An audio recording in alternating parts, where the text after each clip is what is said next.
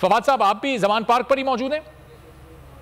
नहीं जी, मैं तो जमान पार्क में नहीं हूँ। मैं तो इस्लामाबाद आया था मीटिंग के लिए, तो सुबह निकलूंगा।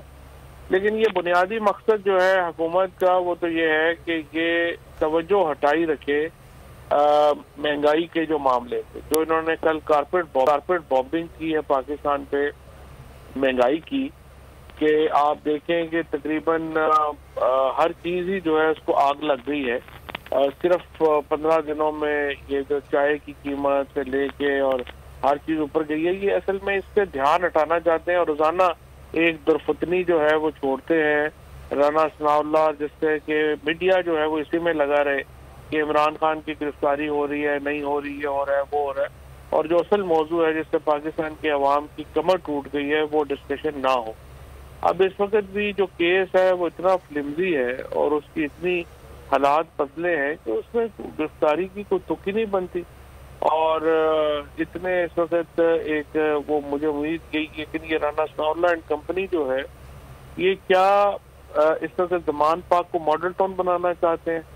वहाँ पे बहुत बड़ी तादाद में लोग मौजूद हैं और कुछ भी अगर एक्शन किया गया तो उसके बड़े असरात होंगे। और हर एक को पता है कि ये केस एक जाली केस है और इसमें गिरफ्तारी की कोई जरूरत नहीं।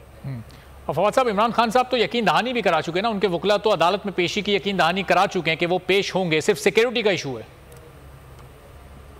देखिए जी, वो भी मैं समझता हूँ कि एक ऐसी बात नहीं है। अगर आपने हमजा शहबाज को जब छापा पड़ रहा था नैब का और कोर्ट में वो घर में मौजूद थे, तो अदालत ने उन्हें यहाँ बैठे बैठे बेल दे दी थी। इसी तरह से जो सलमान शहबाज आए हैं या नवाज शरीफ आए थे, पहले मुशर्रफ साहब आए थे, उनको बगैर पेशी के ही जमानत दी गई।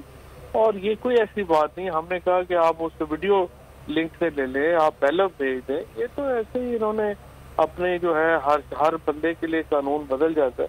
ये एक अलमिया है पाकिस्तान में और मुझे नहीं लगता कि अदालतों का इस रवैये से कोई इज्जत बढ़ती है।